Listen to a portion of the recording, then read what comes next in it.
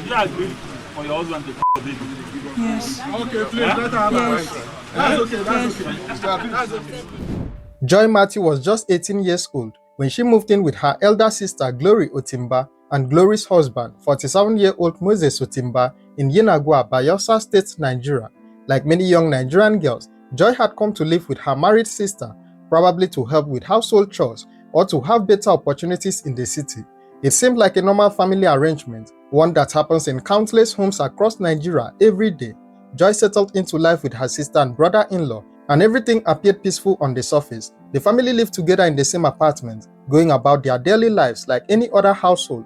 But under this normal appearance, something very terrible was happening, something that would eventually destroy the peace of this family forever. As time passed, the family began to notice changes in Joy's body. She was getting bigger, and the signs were unmistakable. Joy was pregnant. When the family discovered this, they naturally wanted to know who was responsible. They asked Joy again and again to reveal the identity of the man who had gotten her pregnant, but Joy remained silent. She refused to tell anyone, not even her own sister Glory, not even her mother, and not even any other family member who cared to ask. This silence was strange and frustrating for the family because they saw no reason why a young girl would hide the identity of her baby's father. The family kept asking, kept pressing for answers, but Joy's lips remained sealed. Unknown to everyone around her, there was a dark and shameful reason why she could never reveal the truth. The identity of the father was so unthinkable and so wrong that speaking it loud would destroy everything. For 9 long months, Joy carried this heavy secret along with her growing baby.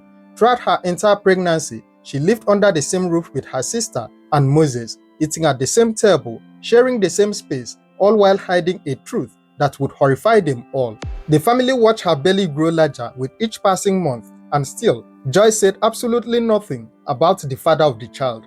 Despite the mystery surrounding the pregnancy, Glory and Moses continued to care for Joy. They made sure she had everything she needed during her pregnancy. They provided food, medical care, and all the support necessary to ensure that both Joy and her unborn baby would be healthy. The sister and her husband showed kindness and concern, completely unaware of the terrible secret that Joy was keeping from them.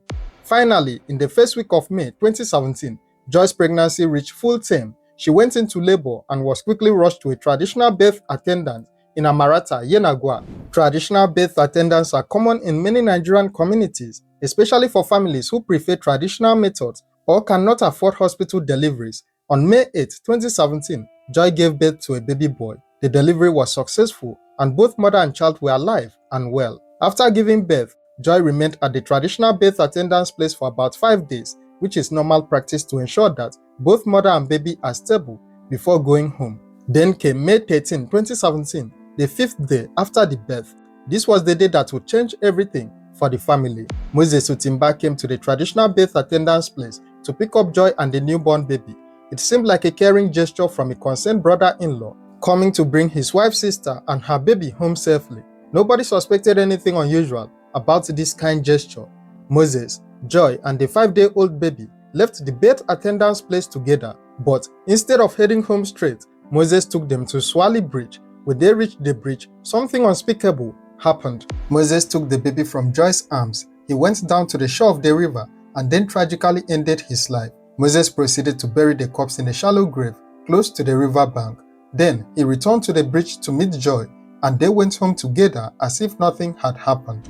Back at home, Joy had to face her sister and mother. The exact details of what she told them about her baby are not entirely clear, but it's highly likely that she told them the baby had not survived after birth and had already been buried.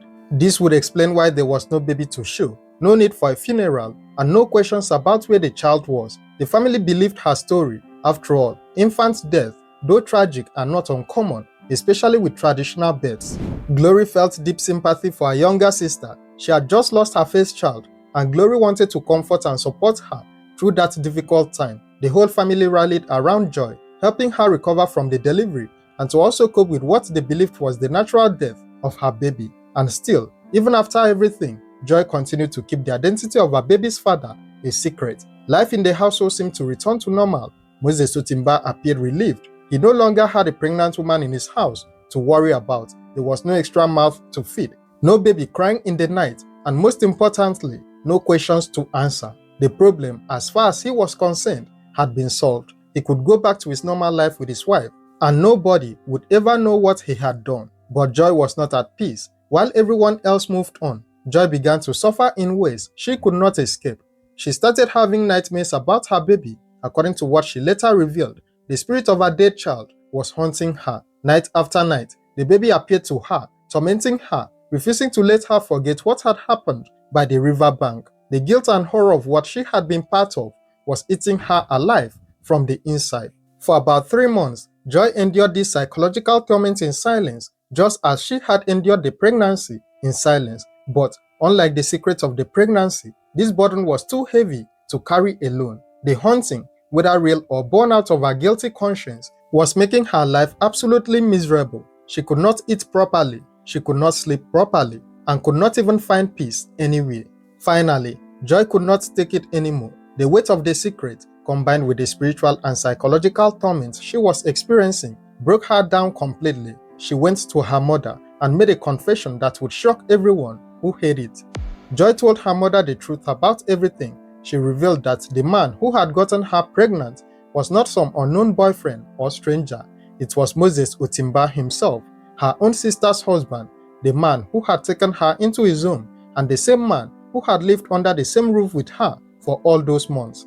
She confessed that Moses had made her pregnant and that her sister Glory had no idea that her own husband had betrayed her in such a terrible way. But the confession did not end there. Joy also revealed the most horrible part of the story. She told her mother that the baby had not died naturally, as she had made everyone believe. She disclosed that Moses had come to take her and the baby from the traditional birth attendant. She explained that when they reached Swally Bridge, she had given the baby to Moses and told him to do whatever he wanted with the child. She said she knew what was going to happen and that she was fully in support of the plan. Joy's mother was completely shocked and horrified by this confession. Her own daughter had been involved in the murder of her own grandchild. Her son-in-law had betrayed her elder daughter in the worst possible way and then an innocent baby to cover up the crime. The mother knew she had to act immediately, and without wasting any time, she reported the matter to the police. The police responded quickly to such a serious accusation. Officers from the Yenagoa Police Division moved in and arrested both Joy Matthew and Moses Otimba on August 15, 2017. Both suspects were taken to the police station for questioning. At the police station, the full story finally came out. During questioning, Moses began to reveal how everything had started. He confessed that after Joy came to live with him and his wife, he began making advances toward the young girl. Joy was vulnerable. She was living in his house and totally dependent on him and her sister for everything. Moses took advantage of this situation.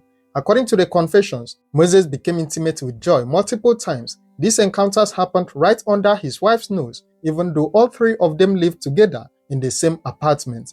Glory had no idea that her husband was sleeping with her younger sister in the very same home where she lived. The betrayal was happening repeatedly in secret, while she trusted both of them completely.